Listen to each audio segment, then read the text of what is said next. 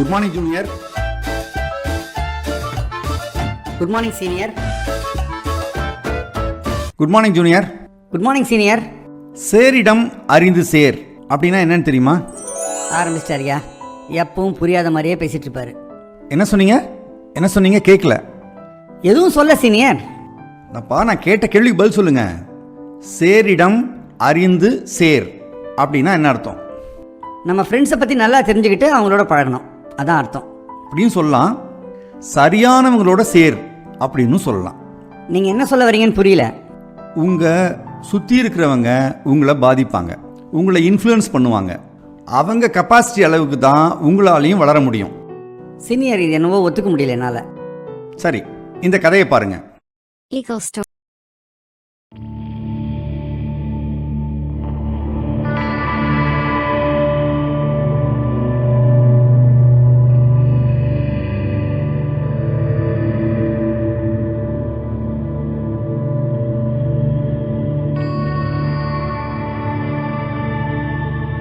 ஒரு காட்டில் ஒரு ஹண்டர் ஒருத்தன் இருந்தான். துப்பாக்கியோடு இருந்தான். அவன் குறிப்பாத்து நல்லா சுடுவான்.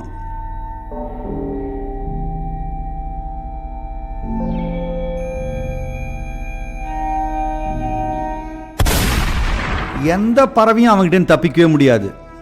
அப்போ ஒரு தாய் கழுகு அந்த பக்கமா பறந்து வந்தது.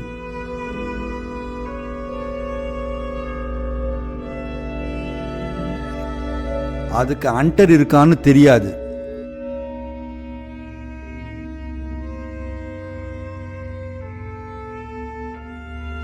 ஹண்டர் குறிப்பாத்தான், ட்ரிகரை தட்டினா குண்டு போய் தாய் பறவை மேல பட்டுடுச்சு.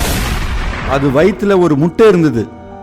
அந்த முட்டையை காப்பாத்துறதுக்காக கஷ்டப்பட்டு பறந்து போய் ஒரு கோழி கூட்டுல தன்னுடைய முட்டையை இட்டுது. கோழி அதை அடகாத்துது. எல்லா முட்டையும் குஞ்சு பொரிச்சுது. கழுகு முட்டையும் குஞ்சு பொரிச்சுது. கழுகு குஞ்சும் தானும் கோழி குஞ்சு தான் அப்படின்னு நினைச்சுக்கிச்சு. அது கோழி குஞ்சோடையே சுத்துச்சு. கோழி குஞ்சு பண்றதெல்லாம் அதுவும் பண்ணிச்சு. கோழிய அது அம்மாவா நினைச்சது. ஒரு நாள் வானத்துல ஒரு பெரிய கழுகு வந்தது. ஐயோ அப்படின்னு அவசர அவசரமா கத்திக்கிட்டே ஓடி போய் ஒரு இடத்துல ஒளிஞ்சுக்குச்சு. வெளியில வந்த உடனே, ஏன் அந்த பறவையை பார்த்து பயப்படுறீங்க அப்படின்னு கேட்டது. ஐயோ உனக்கு தெரியாதா? இந்த பறவை பார்த்தியே, அதுக்கு பேரு கழுகு. பறவைகளுடைய ராஜா அது. நம்மள பார்த்ததுன்னா அது கடிச்சு சாப்பிட்டுடும். கழுகு குஞ்சும் அதே மாதிரி பயந்து நடுங்கி ஒடுங்கி இருந்தது. ஒரு நாள் கழுகு குஞ்சு தண்ணி குடிக்க ஆத்தங்கரைக்கு போச்சு. ஆத்துல ஒரு உருவம் தெரிஞ்சது. கழுகுக்கு அது தன் உருவம் தான்னு தெரியல. மேலே ஏதாவது இருக்கான்னு பார்த்தது. மேலே எந்த பறவையும் போகல. கழுத்தை ஆட்டி பார்த்தது. தண்ணியில் இருக்கிற உருவமும் கழுத்தை ஆட்டிச்சு. அட, இது நாம தான்.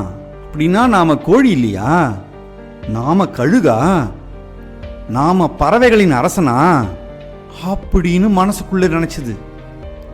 சிறக விரிக்க ட்ரை பண்ணிச்சு. சிறகு பிரம்மாண்டமா விரிஞ்சது.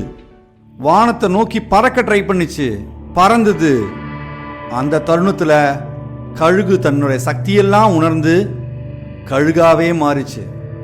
இனிமே அது கோழி இல்ல, கழுகு. பறவைகளின் அரசன் கழுகு. சந்தோஷத்தோட வானத்தை நோக்கி பறந்து சென்றது.